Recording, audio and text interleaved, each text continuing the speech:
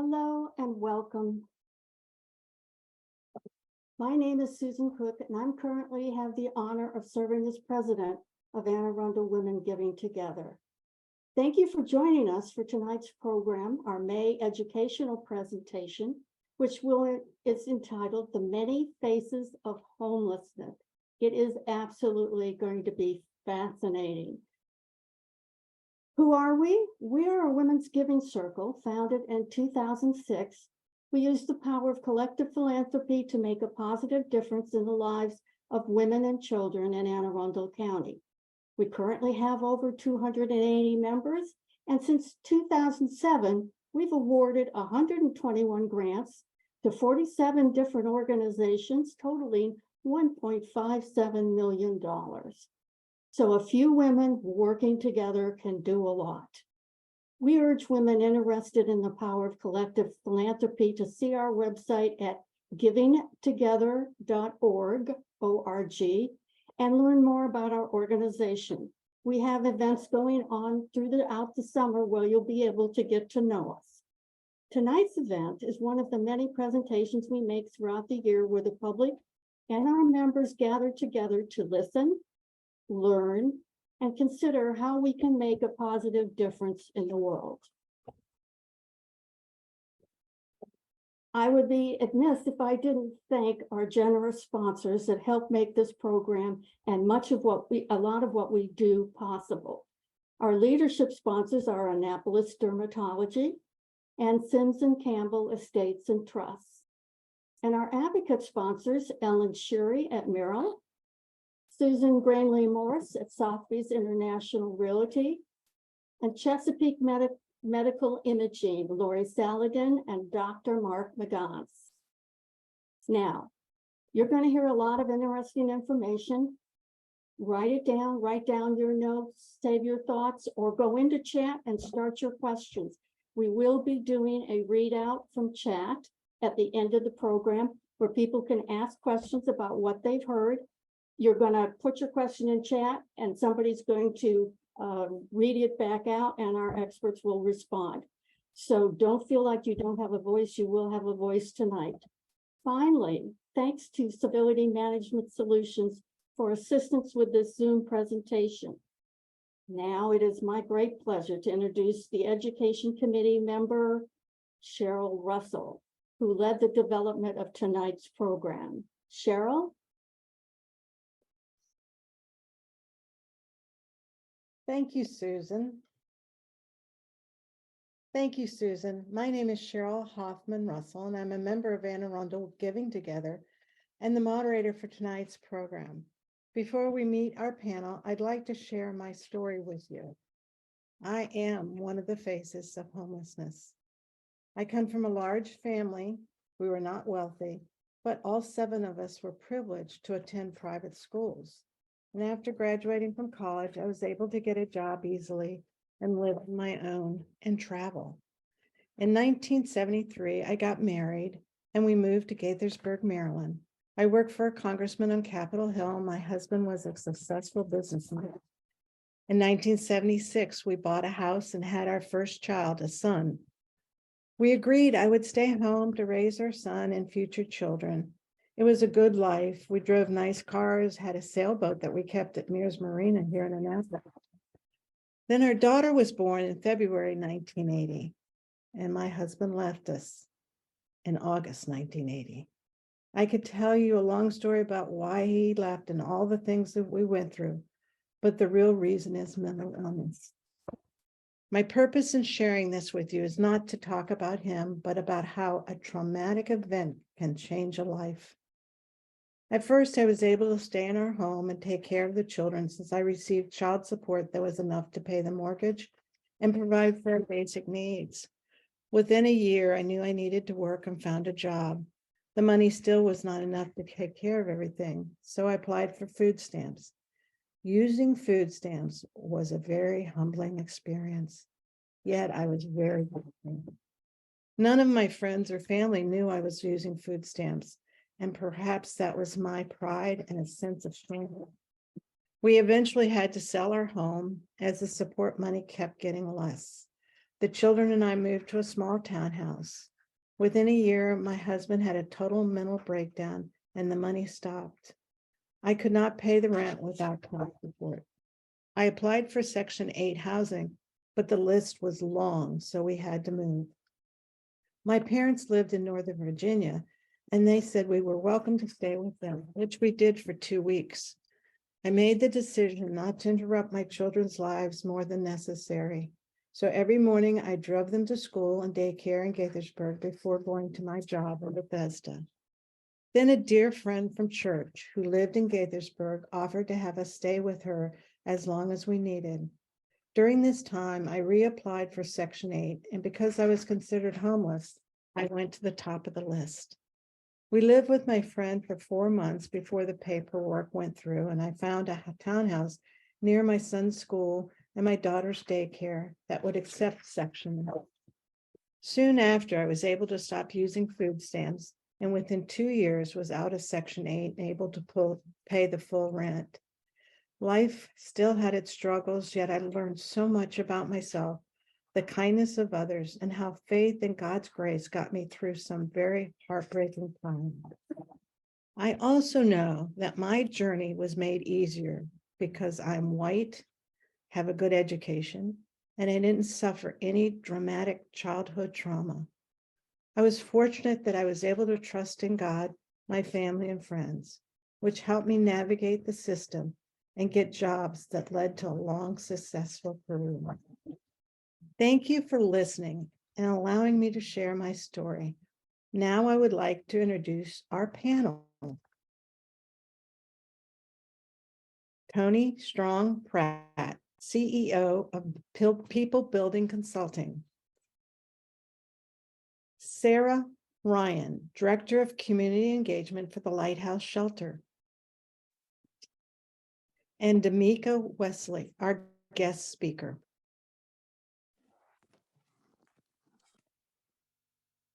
There we go. I want to start with you, Sarah and Tony, and in a few sentences, tell us about yourself and why addressing homelessness is so important to you. Sarah, you go first. Thank you so much, Cheryl. So for me, I believe that it is a human right to have access to shelter, food, and basic need items. And part of my role here at the Lighthouse is working to address those needs. And I think it's important that for the care of my neighbors, that we create a stable future here in Anne Arundel County in regards to housing and housing security. Thank you, Sarah. Tony, tell us about yourself and what addressing homelessness means to you. So my name is Tony Strong Pratt. I'm the CEO of People Builders Consultants, which means I help to rebuild human infrastructure. We spend a lot of time and money on physical infrastructure, but we forget the needs of people. So that's what my business offers. Homelessness, it means to me, giving somebody the dignity to be able to live in a safe environment, free of having to live out on the street, free of having to raise their family in places that aren't safe. That's what it means to me. And that's why I fight for people to have homes. Thank you, Tony.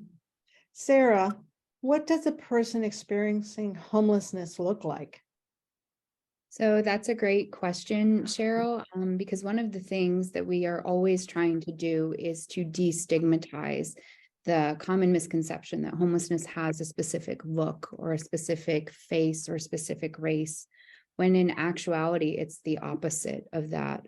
Housing insecurity is all around us, and anyone with any look can experience housing insecurity or homelessness. Reports currently show that right here in Anne Arundel County, there are approximately 30% of our neighbors who can't afford their basic needs, such as food, rent, healthcare, transportation.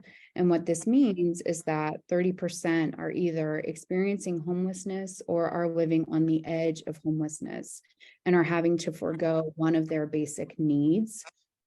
And I think that that also leads into the idea that for especially families as well as individuals, they don't necessarily want to be identified as homeless.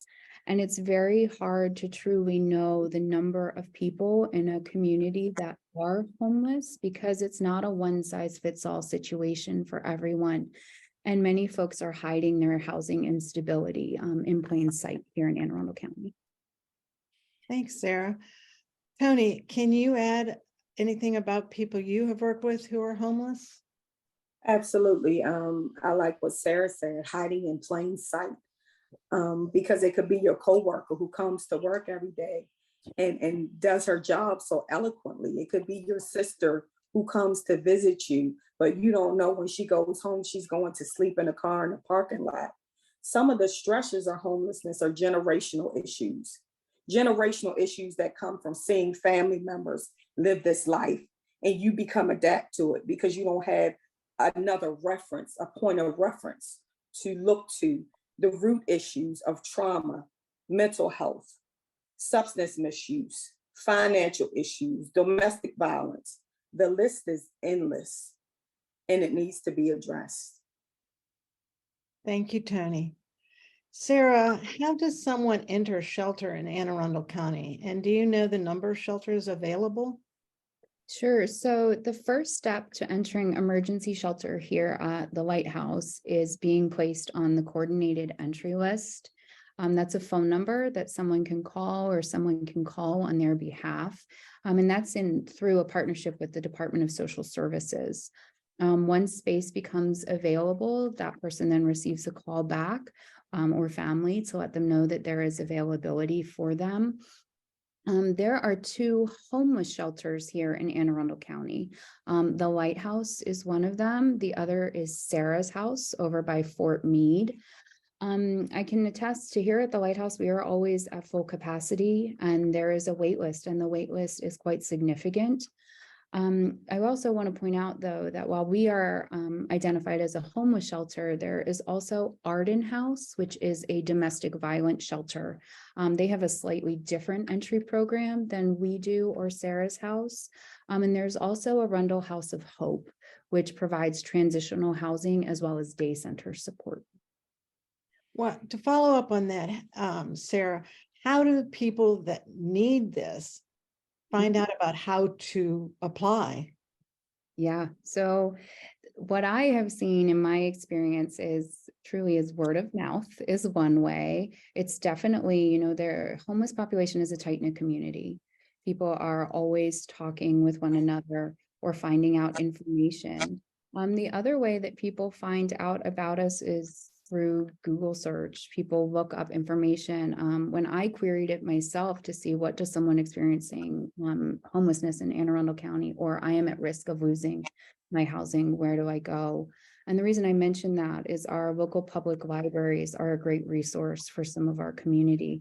We allow them to have access to the internet to do query searches.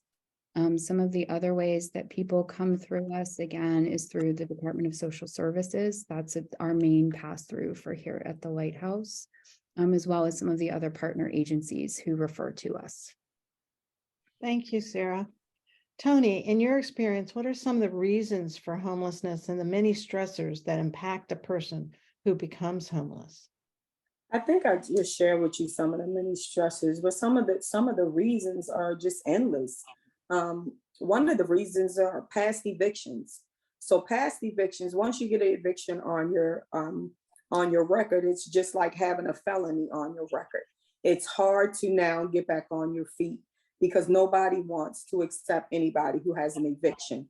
So my thought is, just like we re-enter people into society, we need to give people a chance to live after eviction. And that is a big stressor, because if I have an eviction on my background and I'm trying to get a house or housing and subsidized housing that I can afford, it's almost impossible. So that throws me into another snowball where I have to go out and seek private landlords who have since raised their rents 3 times the amount after COVID, which now makes me ineligible to afford them. But because I want a roof over my head, I will take a place that I can't afford and then fall into that same cycle of having another eviction. Those are the stressors that people are facing: to eat, to pay my rent, to pay my medical bills, or to be homeless. And Yes, that's what we've come to. yes. Thank you, Tony. D'Amica, we're glad you're here with us tonight. Would you like to share your story? I would like to share my story. So hello, everyone. As mentioned, my name is D'Amica Wesley, and I face homelessness more times than I care to admit. As I share my story with you today, though, I want you to understand one thing about me. I am resilient. Every adversity that I've faced in life, I bounced back from. I've came out stronger and I learned many things from it. That's how I'm able to be here today. But there are so many others who aren't able to say the same thing. I was 15 years old, pregnant the first time I faced homelessness. Oh, After experiencing sexual assault from a family member, I went to live with my grandmother. Now, she had one rule, and that was don't get pregnant. At the time, I was thinking, that'll never be me. But what I didn't realize is when I found comfort in my then boyfriend's arms, that it would lead to a baby.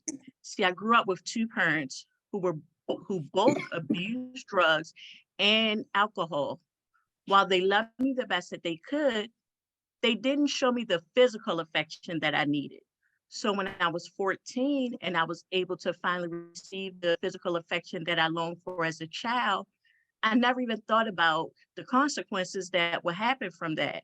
And that's what led to my first, but definitely not my last homeless situation. So the 4 times following that, I was 22, 27, 33, and 37. It led me to staying in shelters. I stayed with friends and family. I even stayed with a stranger one night. She seen me sitting on the back porch with my infant in my arm, and I was pregnant because the father of my soon-to-be child had locked me out of the house. At the time, I didn't know the lady, but I wanted to provide shelter over my children's head. So I went as she opened her doors up for me. The next day, I was back in the shelter. I was 27 when that situation occurred. And I promised myself I would never put my children through that again. But at 33, I found myself on a park bench with those same two children, trying to figure out what I had done so horrible in life that homelessness to me was like a revolving door. It was that day that I needed to make major changes in my life, but I needed to start internally. I began evaluating myself from the inside out. And one thing that I had discovered about myself was that I was using my past as a crutch. I allowed my past to control my actions. Growing up in poverty, going through trauma, and facing struggle after struggle as a child, it was all I knew. So I became so addicted and used to living in survival mode that unconsciously, when things started to get better, I would begin living better, fear would kick in. Fear that I'm not good enough to be successful, although I had started businesses and was doing well. Fear that even though things were going great, something negative was going to happen. So I just waited for it. Fear that no matter how confident I became or how good I was doing, something was going to drag me back down. Again, I just sat and waited for it because it was all that I knew. It was like a revolving door. So at 33, after evaluating who I was from the inside out, I discovered I needed to let go of the fear from my past. And I did just that. I removed almost everything that was weighing me down and holding me back. Life as me and my children knew it finally had started to get better. And we were living and not existing, not in survival mode any longer. Now, fast forward 11 years later, at the age of 44, I was now married, had 3 side businesses that I was running, and life was almost perfect. At least I thought it was. My husband and I were working on repairing our credit with a credit repair agency. We were trying to purchase a home, and our landlords came in for the annual inspection and informed us that when the lease expired in 2 months that they would be selling the home and not renewing our lease. After all the progress that I had made over the years, I found myself facing homelessness again. This time it was a little bit different though. I didn't do a mental spiral breakdown.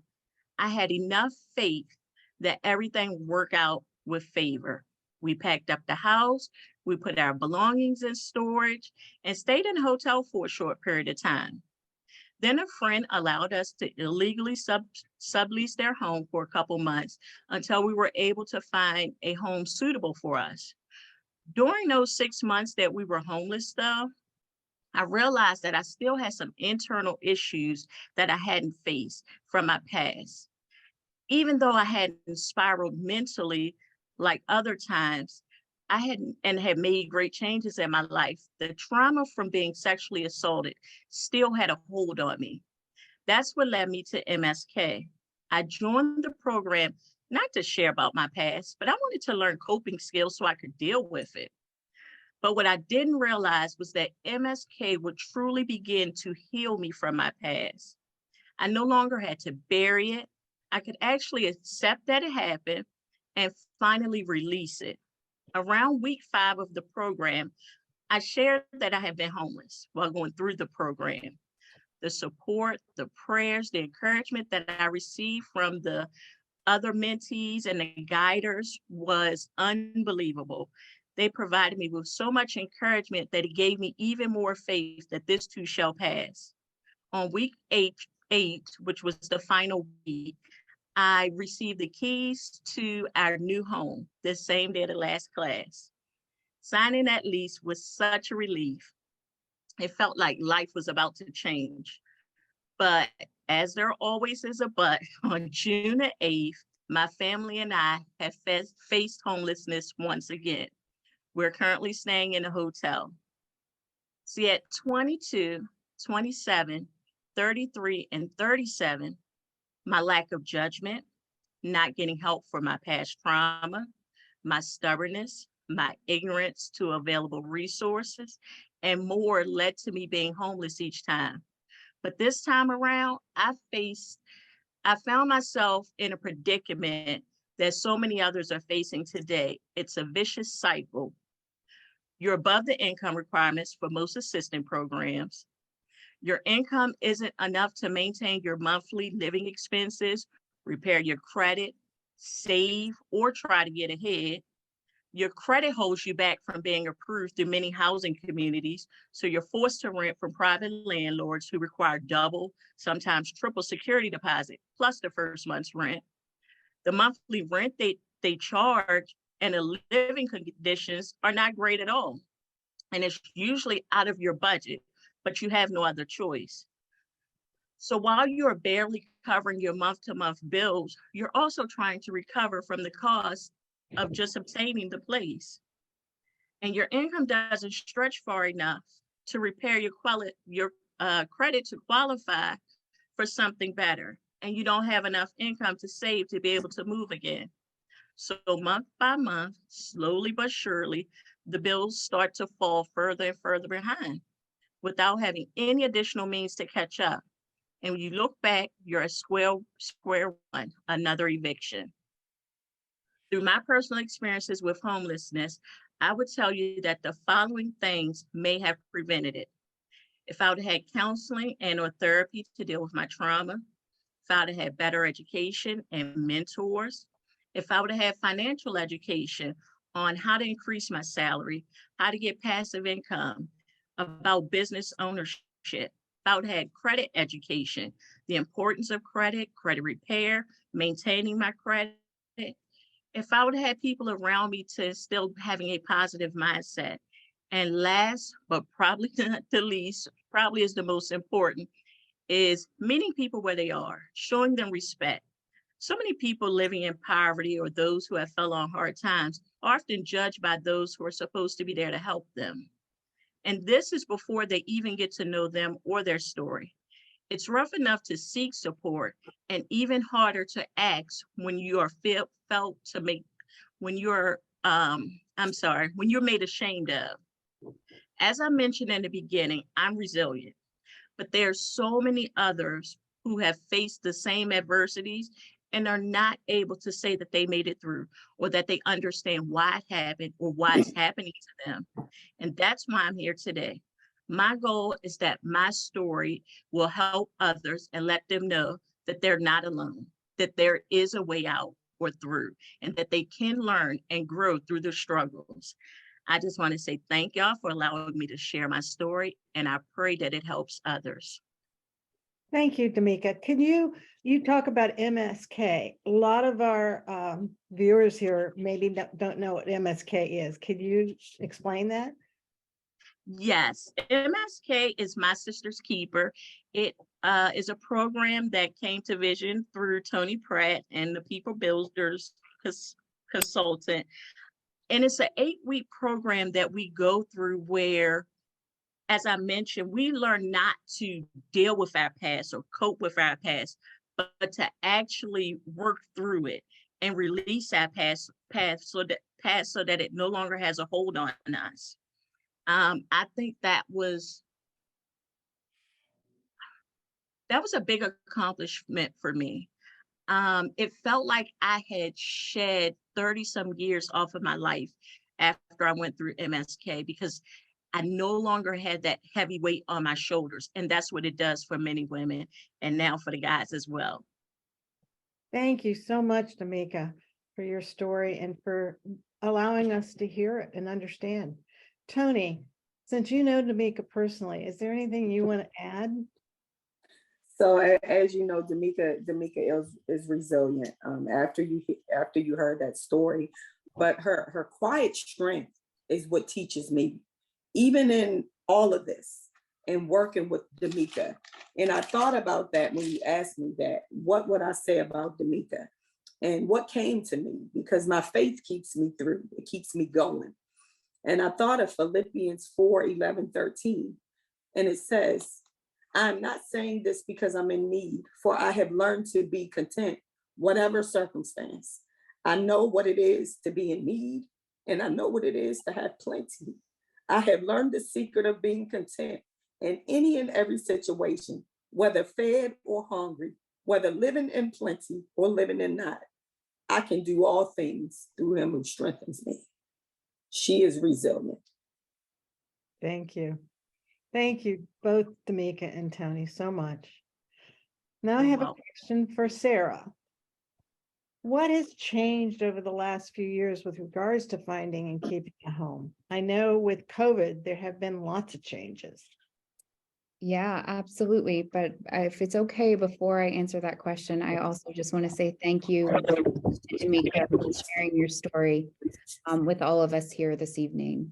I was very moved by that, and I agree wholeheartedly with Tony with what she said. You are the definition of resilience. So thank you so much for sharing that tonight with us. And so, Cheryl, to answer your question, what has changed? Absolutely. Tony mentioned this. COVID has changed the landscape for all of us. We have seen a 17% increase across Anne Arundel County in terms of the rent. A 17% increase, so 5.6% over the course of each year, 3 years in a row. There is less housing available than ever before in the past 30 years in our county. Supply shortages are worsening every day, contributing to rising rental costs, inflation, making home ownership nearly impossible for a whole large portion of our country. Mental health challenges have increased dramatically as well. With COVID, a lot of things closed, things shut down. People weren't able to have access to their doctors, to the people that they needed to connect with. A pivot to online didn't work for everybody because not everybody had access to Wi-Fi. Not everybody had access to computers. Those places that we talk about, the libraries, places to go, those weren't available. Mental health challenges. The cost of food and basic need items, I think we all can relate to that. You know, the shrinkflation is happening in terms of you're getting less product for more money. Everything is costing more these days. And the past few years have really strained our community, those experiencing food insecurity and housing insecurity. And we see it here specifically at the Lighthouse. We've seen over a 30% increase in the number of folks that we've served since the start of the pandemic. So definitely just cost everywhere, more and more every day. Thank you. Tony, do you have anything to add about the changes you've seen? Changes in affordable housing. We have almost little to no affordable housing. So what once used to be affordable is definitely isn't affordable anymore. And even the affordability of what's affordable still isn't affordable. I just think we need a trust. Other counties have trust for different things, affordable housing. We need a trust for homelessness, for people like D'Amica, whose family faces homelessness and there's no room in shelters. There should be a trust where we can go to and place these families in safety until they can figure it out. You know, we have so much money in our county to go around to different things, but yet we have veterans living on the street, and that's not acceptable. So some of the things that is going on and that we need is more affordable housing and more people not afraid to live with people who make a little less money than they do. Absolutely. Well, Tony, how do we reach people before they get to the point of losing their home? Education, education, education. I think we need to get outside of our bubbles and reach across the aisles, because we don't know somebody else is going on if we just stay close knit in our circle. We don't know that our neighbor may be going through. We don't know that our friend may be going through, because just because we're safe and our bank account is full and we have food to eat and we have a house to live in, tomorrow might not look like that. One illness and one job loss can thrust us into the throes of homelessness. So what we need to do is we need to educate. We need to help people not be ashamed when they get into mental health issues, when they get into substance issues, when they get into domestic issues, to be able to reach out and not be shunned. And then we can find out what they need and how to help them and how to maneuver and how to put safe supports around them to get them from there now to next. That's what we can do. And Sarah, do you have anything that you want to add? Yeah, I mean, it's just echoing, but what both Tony and D'Amica said. I mean, providing homelessness prevention and support services and catching people before they start falling into that, as D'Amica talked about, you know, the evictions, folks that are on a survival budget, if that's what you want to call it, right? Something like what just Tony said, a sudden rise in rent, medical crisis, major repair on your car. All of that can catapult somebody who is living on a survival budget just right over the brink in a very rapid, very quick succession. And so I think, you know, we also need those outreach programs. We need to connect with people. We need to provide more eviction protection to individuals who are at risk. There are over 10,000 children in Anne Arundel County who live in housing insecure situations or are facing eviction or rent instability in their home. And so children who experience homelessness are much more likely to experience homelessness into adulthood. Tony touched on this, generational trauma. It is absolutely something that we need to put a stop to. And I think that the further an individual gets into the situation, I hate to just echo, D'Amica said it, you know, it just catapults. And so getting those prevention services, having frank and open conversations about what is happening in our county and demanding action. I think that's a big part of what we need to connect to those individuals. If I could add to that, another thing that keep illiteracy. So a lot of people get into homelessness because when they're reading notes from their property managers and they don't understand it and they forget to sign something or they don't go somewhere on time, they never seem to think maybe they can't read. I had a young woman who I was helping and I found out that she couldn't read. When I took her to the office and she was looking at the paper and I said, "Did you sign this?" And she said, "Yes." I said, "Well, do you understand what it says?" She said, "No, I can't read." So when we're offering eviction prevention, we also need to find out about the person, build relationships, Get to know who you're dealing with, that it's not just the number, but they're a human being. And in finding out and helping somebody, Maslow hierarchy of needs said meet the most pressing need. And the most pressing need might be shelter. But the most pressing need might be mental health. Because if I can get my mental health straight, then I can be sound enough to keep a home. So those are some of the things that we can do. We need to get our head out of the sand. These are our neighbors. These are our family. These are our friends. So true. Tony and Sarah, is there one thing related to our county's homelessness population that really keeps you up at night? I'll start with Sarah. Yeah, so I thought a lot about this question because there are so many things that keep me up in regards to, the housing insecure and the homeless population in our county. And so in thinking about this, what I realize that keeps me up at night is that the work is not done when the day ends for me. I go home, I go to bed, but I think about my neighbors. I think about the person who doesn't know where they're going to sleep. I worry about the mother who isn't able to know where she will be feeding her children breakfast in the morning. And I think about how I feel in that moment, but then there's a mixture of joy for the good work that was done for that day. But there is a sense of grief at the end of every day when I go home of the work that was not done. And knowing that I go home and I see my family and I worry about for myself, is there a loss of hope out there for my community? That is the fundamental thing I worry about, is that the loss of hope for those that are experiencing homelessness. Is there going to be support for me tomorrow? And I can't promise that for folks. I can't guarantee anything. And for me, that is what keeps me up at night. And I work tirelessly every day to be a beacon of hope for my community. But is that enough? And for me, knowing that I go to bed at night, knowing that someone else has not had all of their basic needs met at the end of the day, that's what keeps me up. And it disturbs me to no end. Tony. I kind of echo what Sarah says. Our days never end. And literally, my day doesn't end because I'm out on the street with them. When they call, I don't just say, okay, here's the number to services.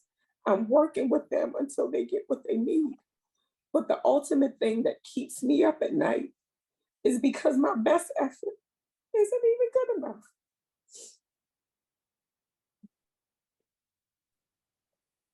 Breaks my heart too. Sarah and Tony, what do you suggest that we as individuals who are watching this program can do to have a positive impact on homelessness in our county? Get involved. Reach out to your lighthouse shelter. Reach out for some of the services that you're going to see on the screen. Take some time to talk to somebody.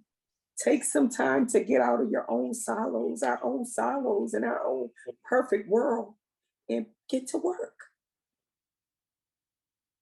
Yeah, exactly. I mean, my big thing is advocate, learn, meet your neighbors. These are our neighbors. This is all of our community. Everybody is entitled to have a safe place to call home, to have access to not just housing, but to food, to healthcare, to basic need items, to childcare. Get out there, meet your local leaders, ask them, what are you doing? Advocate, get out and vote. I mean, that's something that I was taught very early on. If you want to disrupt things, you get out and you ask, what do you stand for? Because if you're going to represent me, I want to know what you stand for. And where do you stand with my neighbors? Do you know them? Have you taken the time to ask my neighbors what they need? That's also, I think, critically important, as Tony said, meeting the population that we are serving. Spend time here at the Lighthouse. Come talk to our community. Get to know what their needs are. Don't presume that you understand what their needs are if you haven't spent the time asking. That's how we get to know one another. And I think that being present is the most important thing one can do. Show up and use your voice for those that don't feel as though they have a voice. You often hear those who are experiencing homelessness talk about feeling invisible. And I think that that goes back to one of the original questions that Cheryl asked about why I do what I do, because it's critically important to me that if someone else feels like their voice isn't loud enough, I can yell and I can be loud and I will stand alongside and I will walk that journey with you through and through. And I think that's also something that Tony and I have talked about. You walk the journey with, you don't just stand on the sidelines, you walk the journey with. So come on over to the lighthouse. Come learn what we do. Go learn what Tony does. Take the time to meet people like D'Amica. Yes. The gift of your time. And D'Amica, what would you say you would like people to know what they could do to help? I agree with Sarah and Tony. Get out and know who's in the community. Ask questions about what's going on. Like, what are your struggles? What do you need help with? What do you see that could make a change or a difference in the communities? It's about getting out of the comfort zone that we're in to learn about other people's lives. It's not just us in this community by ourselves. It's a whole group of people that make up the community. So you have to know everyone in your community and not just within your home or your four walls. Thank you. And I would suggest when you get to know your community, then you make sure you know your local government, your county, your state, your federal, the United States, and vote.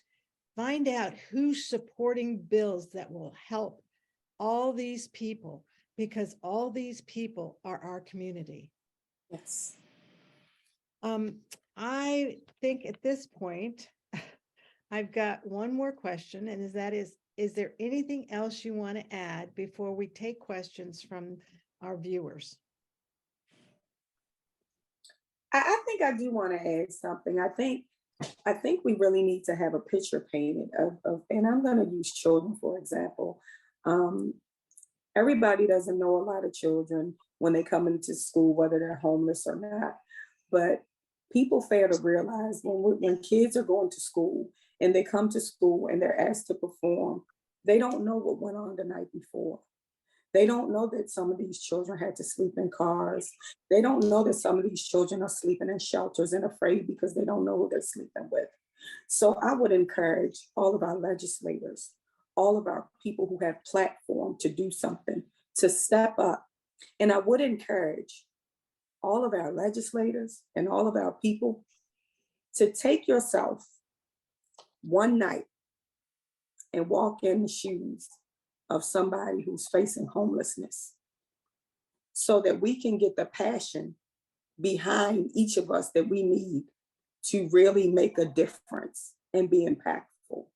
Because to call a shelter and to call the powers that be who are in charge of making this work, and for them to say, we don't have anything, there's a waiting list. And I have to go back and tell a family of 7 with 5 small children, that is nothing I can do. You have to sleep on the streets. It's not acceptable in a wealthy country, a wealthy county as Anne Arundel County. Right. Thank you, Tony, Sarah, and D'Amica, for your insights and knowledge about homelessness. Our program has only touched on a few of the issues people face that are homeless. There could be several programs on this topic, since homelessness is a large, complex social problem that affects all of us and our communities in many ways. Now, I would like to turn this over to Florence Calvert, a member of the Education Committee, who has been monitoring our questions so that she could ask some questions for our panel. Good evening, Cheryl. Thank you. Before I share, we've had some very good questions here, but first there have been a number of comments of people wanting to express their gratitude to you and D'Amica for sharing your intimate stories. It is just so valuable to understand what is happening and hearing about it. And there's just a lot of support out there for you. So thank you for that. The first question, this is for Sarah. Could you tell us about catching people before they become homeless? Is the Lighthouse able to provide any sort of programs or outreach for people? Sure. So the way that we focus here is we have something called the Safe Harbor Resource Center. It's our day center. So one of the common misconceptions about Lighthouse is that we are just an overnight shelter, when in fact we are both a residential program as well as a day center. So the goal being prevention and diversion. A lot of that work happens in the Safe Harbor Resource Center during the open hours. Folks are able to come in, talk to case managers, discuss what's going on, what their situation is, and then that individual becomes someone that they work with throughout their process of staving the eviction. Some of the other things that we do here is we refer folks to Maryland Legal Aid to discuss their individual situations if they are in need of legal representation as well. That's a big part of this too. Tony talked about eviction and as well as D'Amica and how that lasts a long time. Keeping people housed is critically important to prevent that cycle from continuing. And so that prevention and diversion specifically is done in the Safe Harbor Resource Center so that folks do not end up in the shelter side of things.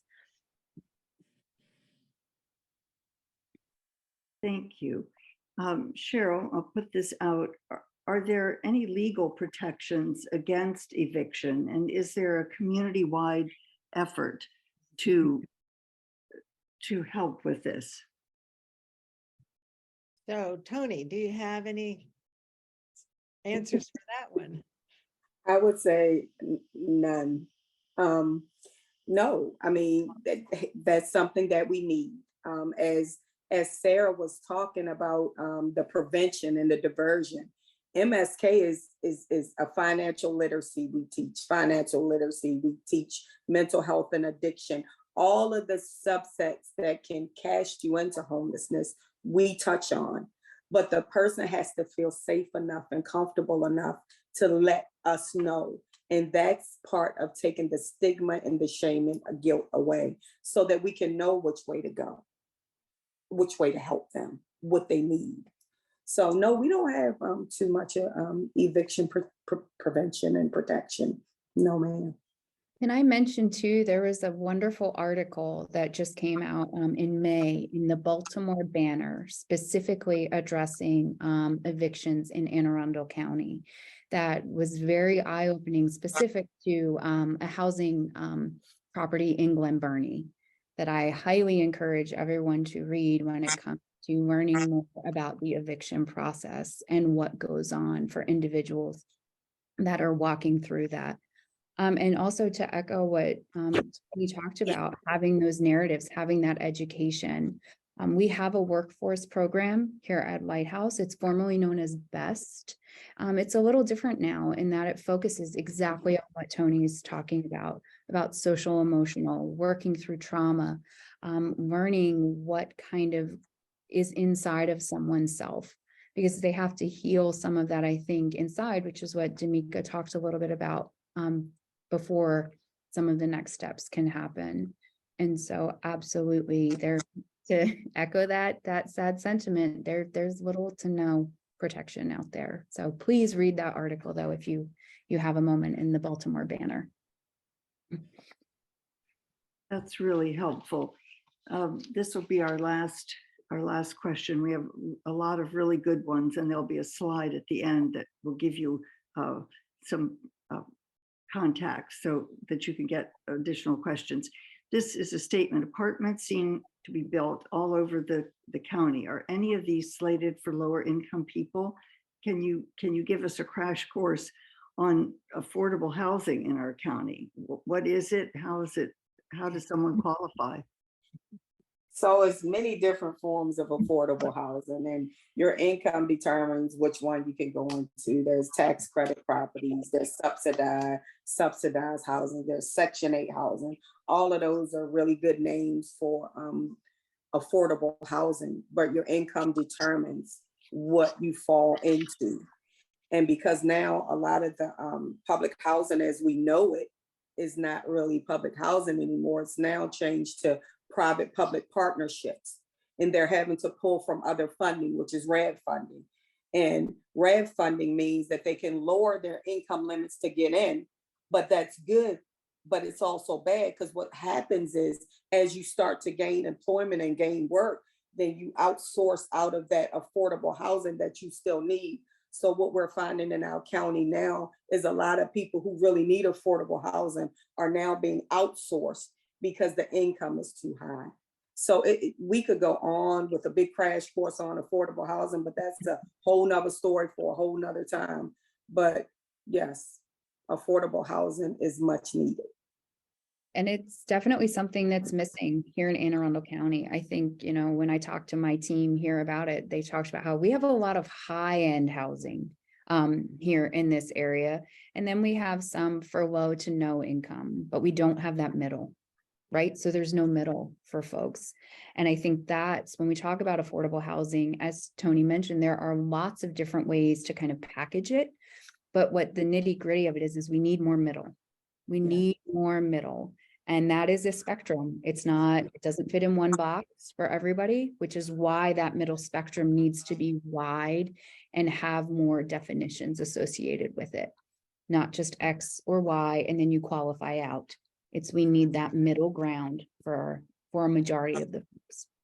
And if you would do your data, you would find that it's that population who's being in your homeless population. Those are the ones who can't receive assistance because they make $2 too much. So they income out. So now they're left with no supports. And for my experience with Section 8, because it was many years ago, even though I was staying with family or a friend, I could be considered homeless and go to the top of the list. That's not the law any longer. If you have a sofa to sit on or a floor to lay on, you cannot go to the top. You're not, you just have to get in line. Yeah, So, you're considered housed. that's right. It's based upon where did you sleep last night? If you slept outside, then technically you fall under, or someplace that's not meant for human habitation, like a car or outside. But yeah, if you're sleeping on a couch or wherever, you're considered sheltered, which is very different. Or a hotel like Tamika's facing, and that's not where she wants to be. So yeah, it's very difficult. That's why you have to look at what the laws are. It's so important to understand our laws, especially in this situation in the housing. Okay, that's the last question, Florence. Yes. Okay, thank you so much. Thank you, our panel. Thank you, Sarah, Tony, Tamika. This has been absolutely wonderful. And as we said, this is only one portion of this issue. It's so large that there could be many, many education programs on it. And affordable housing could be a whole day, actually. Yeah.